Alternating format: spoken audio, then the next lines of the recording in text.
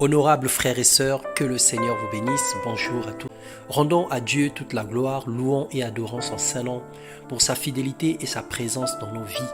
Son amour parfait bannit la crainte en nous et sa grâce nous conduit vers une destinée glorieuse. Alléluia. Ce matin, nous allons partager la parole de Dieu sur les étapes de la vie, la souffrance et les épreuves. Dans Romains 8, le verset 18, il est écrit « J'estime que les souffrances du temps présent ne sauraient être comparées à la gloire à venir qui sera révélée pour nous. » Bien-aimé, il est bon à savoir la différence entre la souffrance et l'épreuve. La souffrance, c'est l'état de celui ou celle qui souffre une douleur physique ou morale. C'est aussi le résultat d'une affliction, tandis que l'épreuve est une expérience ou évaluation que l'on soumet à une personne pour passer d'une étape à une autre. Voilà la définition qu'on peut donner à ces deux termes. Tout ce qui nous arrive, tout ce qui arrive dans nos vies ne sont pas forcément des épreuves et tout ce qui nous arrive ne sont pas aussi forcément la souffrance. Mais parmi tant, il y a des souffrances, il y a des épreuves. Et nous avons une attitude à voir, une attitude à prendre en fonction de chaque situation.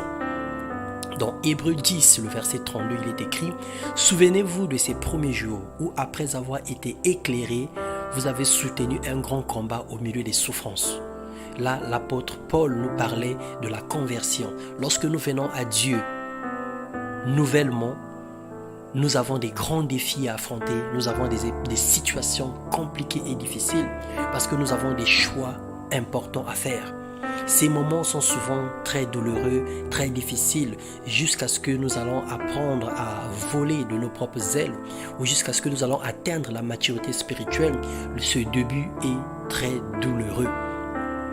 La souffrance est une affliction que le diable nous inflige pour nous punir à cause de notre appartenance à Jésus. Il fait tout pour nous torturer par les maladies, le chômage, le célibat, les blocages de tout genre. Il veut nous faire regretter le choix de renoncer à la vie du péché. Il veut nous faire regretter le choix d'appartenir à Jésus-Christ. Il veut nous faire regretter le choix de pouvoir abandonner un certain genre de vie, un certain péché qui ne glorifie pas le Seigneur. Il voudrait nous montrer que ce que nous avons laissé était l'unique chance pour notre réussite, alors que nous avons laissé la chance pour accepter la grâce. Alléluia. Dans la chance, il y a des conditions à remplir, mais dans la grâce, c'est le Seigneur qui fait toutes choses pour nous. Mais c'est également la conséquence de la désobéissance envers Dieu, car le péché et la rébellion donnent droit à Satan dans nos vies. Lorsque nous sommes rebelles à Dieu, lorsque nous désobéissons à la parole de Dieu, nous ouvrons gratuitement la porte à Satan de nuire à notre existence. Et nous pouvons le lire dans Deutéronome 28, le verset 1 à 15, on parle de la malédiction suite à une désobéissance. Et de 15 à plus, on parle de la bénédiction suite à l'obéissance. Nous pouvons aussi voir cela dans 1 Pierre 1,6.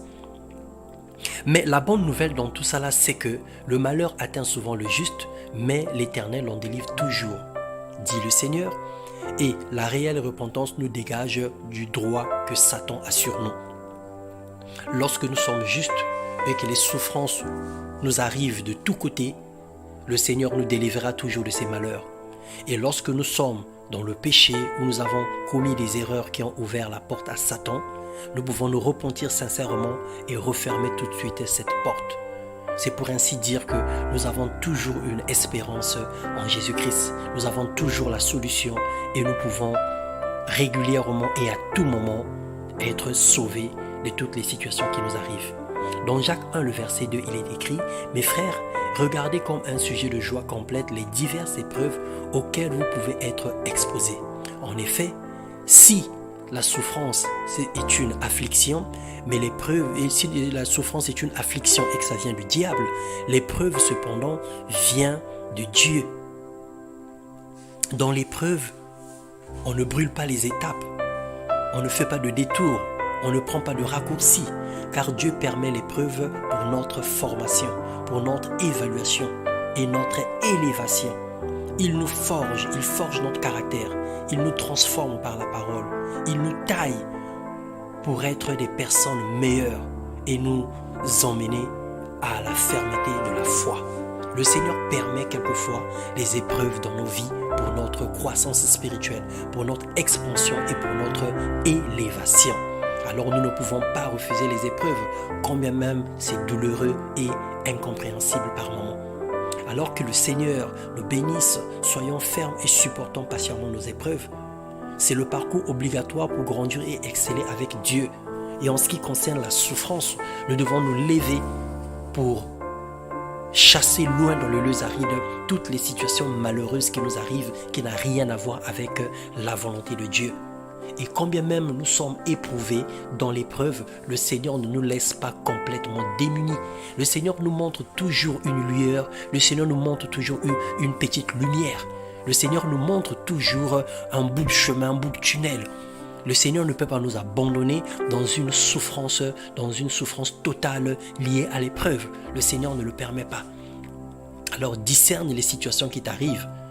Réfléchis sur ce qui t'arrive. Essaie de regarder d'où viennent les situations qui t'arrivent.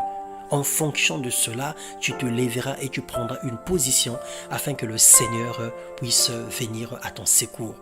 Que le Seigneur nous bénisse.